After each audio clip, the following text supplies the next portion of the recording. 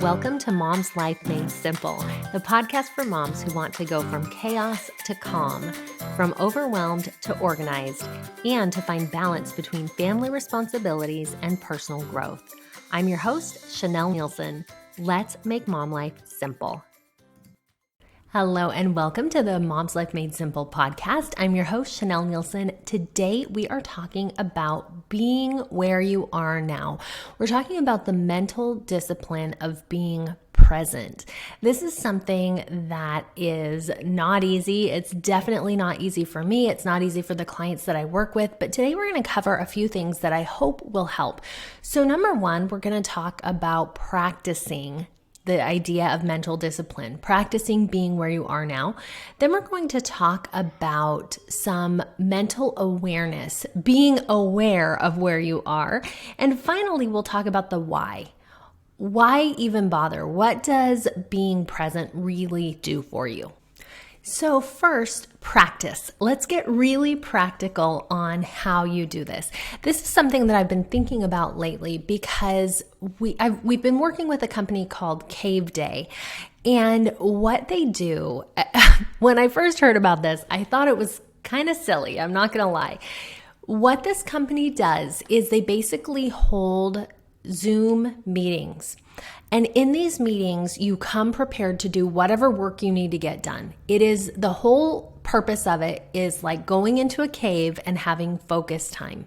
So you all meet together on Zoom and there's a little like, hi, nice to meet you, whatever. And then you quietly work for, a specified amount of time, maybe an hour. Everyone's muted, but you're all there. You can see each other and you're just quietly working. And then at the end, you come back and you sign off and you're done. Now, I heard about this idea and I thought, wow, really? Like, do we really need this kind of help? But I was encouraged to try it. And so I thought, okay, I'll go in, I'll give this a try. I was really surprised to notice how many times during this experience I would have gotten up. I would have left to go get a drink, go get a piece of chocolate, click over to Facebook, do other things. But because I was in this environment, it forced me to really be aware of what I was doing and to stay focused. It was really an interesting mental practice for me to notice what else I would have done. I don't consider myself a super, undisciplined person. I usually sit down, I get my work done, but we are all up against so many distractions that when you take the time to eliminate those distractions, it becomes very, very clear. Another way that I practice this is sometimes and I usually do this, once a month or once a quarter. I really like to go out into the wilderness is what I call it. Now, it's not too wildernessy, but there's a bench near a path and it's alone. And I like to go and sit there with a notebook and journal and be outside and just get ideas, not have my phone, not have distractions, not have my people coming up and needing me. And it is amazing the insights that come as I tune out everything else, and particularly while I'm sitting in nature, to just open myself up to being present. And even if I'm not actively journaling or actively writing, thoughts that are coming, even if nothing is happening, just the process of sitting there and noticing birds flying by, noticing the weather, feeling the breeze, looking at the ground. Like, it is just an exercise in being present that I feel like rejuvenates me for whatever is coming next. And that's a powerful way to practice what we're talking about today, this idea of being where you are. When you consciously take time to do nothing, to just be, it is going to help you and naturally expand to other areas of your life. So obviously, meditation is a very pointed way to do this also. Meditation is practicing what it feels like to be where you are now. I don't think that there's any one right way to meditate, but the very idea of meditating is just being where you are. It's just sitting with yourself. And in some ways it's doing nothing, but in other ways it's just allowing everything. And you'll notice the more you do meditate, the more you practice meditation, the more that you notice is going on. I remember when I first started meditation, it felt like nothing is happening. Like I'm sitting here doing nothing. And yet, as time has gone by and I've gotten better at meditating, more able to be in the present moment without my mind just wanting to jump out of there, I can notice how many things are actually happening. For example, I can notice my body. I can be very aware of the way that I'm sitting or laying on the ground. I can be aware of light. I can be aware of texture. I can be aware of the air. I can be aware of sounds. I can be aware of taste. There are so many things going on in any given moment. And meditation helps us to see that and to be aware and to be where we are now. So these are some ideas of practicing being where we are now. And the reason why we want to practice are the next two that we're going to talk about. So mental awareness and then getting really specific on the why. So mental awareness is the second thing I wanted to talk about because often we get caught up in our thoughts. And we kind of are circular in our thoughts. So many of the thoughts that we think are the things that we were thinking yesterday and the day before and the day before. To illustrate this, I want to share an example from a client that I had recently who shared that her husband had asked her, he said, whenever we're together, you're always thinking about the kids. You're always talking about the kids, thinking about the kids. And it was very hard for her to disconnect and to be with him rather than to stay up in her head and to stay in mom mode. This is something that I think a lot of us can relate to. We are responsible for all the kid things. And so we're constantly thinking in our minds like a mom. We're thinking of all the things that need to happen to keep the home and family running smoothly. And you may notice this in a different way. Maybe that's not your exact experience. Maybe you are running a business and you're constantly thinking of business when you're with your kids.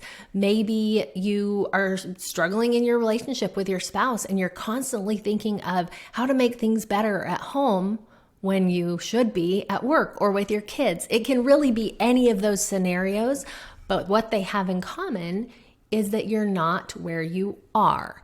That means your mind is somewhere different than your body is. And this becomes a real problem because you aren't experiencing the now. I have a great quote about this from Eckhart Tolle. He said, "Most humans are never fully present in the now because unconsciously they believe that the next moment must be more important than this one. But then you miss your whole life, which is never not now." Now is the only moment we have, right? It's the only one we've got. And yet, like he says, most of us are not fully present in the now. We have this moment with our spouse. And yet, if we aren't there, if we're over here in business land or kid land, we're missing that moment with our husband because like he says, you miss your whole life, which is never not now.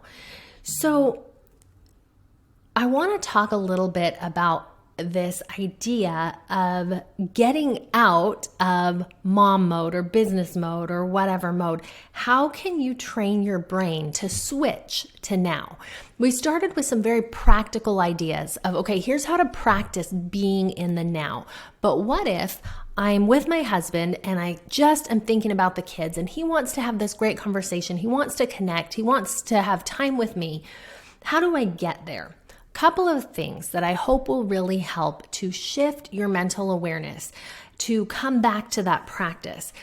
I did a coaching course, I guess, a couple of years ago, and I don't remember most of it, but what I do remember is we did this thing called PQ reps several times a day. And what the challenge was to rub your fingertips together until you could feel the ridges on your finger and thumb. So your first finger and thumb. I want you to do this with me right now. Just rub your fingertips together. If you rub that finger and thumb together really quickly, you won't feel anything. But as you slow down and you pay attention, you can kind of feel the ridges in your thumb. It takes a lot of mindfulness to get there. And this little simple action can be a reminder to get in the moment. So let's say you notice that you are in this situation where you're sitting there, you should be in one place, right? You want to be in one place. You want to be there with your husband, but your mind is somewhere else. Gently take your finger and run it across your thumb. Feel those ridges. Now, what does this do? What good could that possibly do? Well, it is a very now-focused activity. It's sensory, right? It brings you into the present. You can feel something happening in your body, and it kind of grounds you into this moment. That can act as a signal for you to switch gears, to say, okay, I am here. I am here now. And as you feel that in your body, it can remind your mind to let go. That's just one example of a ritual or a reminder to help you get in the right space. Those rituals, and they can look really different. I'll give a couple of other examples of rituals you can use, but those little rituals or reminders can be really helpful for us to help us get ourselves out of mom mode, out of whatever mode it is we're stuck in, and to come into the now. So I've shared this before. Another really good ritual, if you know you have just put the kids to bed and your husband wants to spend time together and you're ready to kind of transition from mom mode to wife mode, you can create a little ritual, a little saying, a little thing that you do consistently every time that you cross from one space to another. It can be as simple as, I am a good wife. I love my husband. I am choosing to spend time with my husband. The kids are in bed. That was many. You would just choose one of those. But just a simple little saying that you say to yourself every time after you put the kids to bed, kind of wrapping up the day. Our brains really struggle with open loops when we are worried about a kid, when we're worried about something at work, when we're worried, we go over and over and over it in our mind because it's not closed out.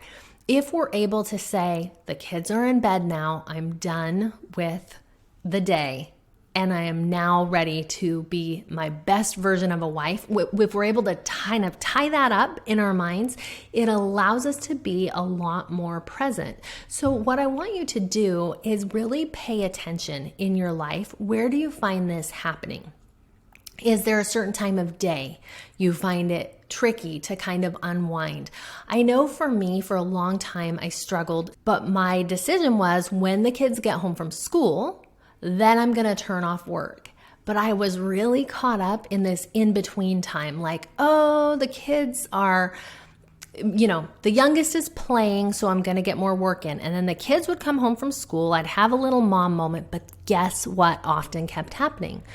The kids would get playing again. And I would think, oh, well, now I have a little more time. I can go back to work. But then they would need me. And I was kind of back and forth straddling both things.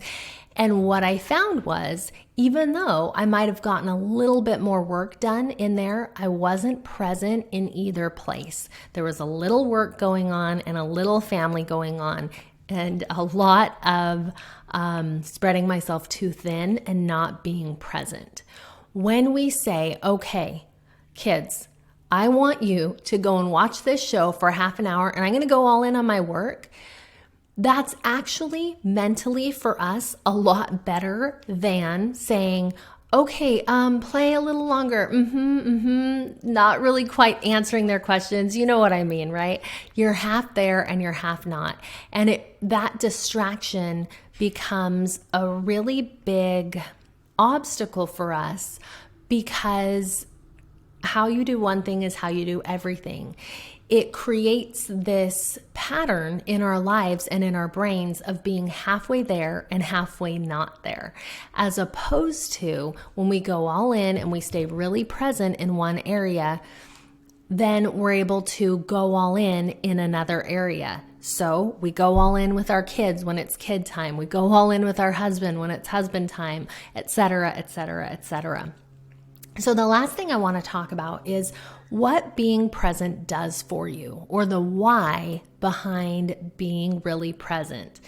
So number one, this is going to surprise you when I say this. Hang with me for a second. Being present solves your problems. What? How does it solve your problems? Well, here's how it solves your problems. How many of your problems are not even happening right now? How many of your problems are in your mind? How often do you have everything you need right now? You are fed, you are clothed, you have everything you need right now to sustain your life. So many of your problems are things that might happen in the future, maybe things that you even know are coming for you. But right now, you have what you need. Most of our problems are future problems. Most of them really are, if you stop to think about it. And so if we're living in the present, we are going to find so much more enjoyment, so much more peace, so much more hope, because we can look around and say, you know what, for this moment, I'm good. For this moment, my problem is solved. Even if you've got something really big on the horizon.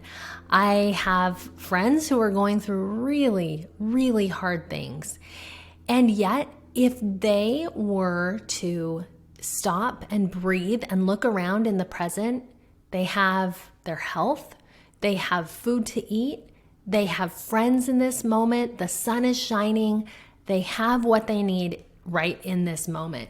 And the more you realize that, the more you stop and look around at those moments, the more you'll realize that for right now, your problem is solved. Yeah, you've got big things, you've got hard things. Yes, we all do. But for right now, you're okay. And that's a wonderful thing to be able to realize, especially when we're dealing with challenges. The second thing that being present does for you is when you're really focused on the thing at hand, whatever that thing is, it allows you to let go of the rest. That means that when you're with your husband, you don't have to figure out what your next podcast episode is going to be. When you're with your kids, you don't need to write a presentation for work. When you are truly in the place that you're at, you can let go of all of those other things. So my question for you is, do you want this? Do you want to be more present in your life? I hope the answer is yes. I hope that you can see the benefit of being more present in each and every moment. If you do want that, then start practicing. Find a way that you can practice ahead of time, maybe through meditation, maybe through focused working time, maybe, some of these things that we talked about at the beginning. How can you practice being there and really getting into that mental space of the now? Second, in the moment, how can you shift gears? How can you bring your mental awareness out of all the things out there to what's going on right now? So the first one is practicing when nothing's going on. And the second one is practicing being where you are. Finally, it will lead to really a better opportunity to just be where you are, to see the good, to enjoy every moment, because there is something to enjoy in every moment. So I hope you have found a lot of value in this episode. I hope that you can see that the more present you are, the more joy you will find in your mom life and beyond. So let me know. I love that you are here. Thank you for being here, and we'll see you next time. Bye. Thank you for listening to Mom's Life Made Simple. I'm so glad that you're here, and I want you to join us for the 2023 Self Care Challenge.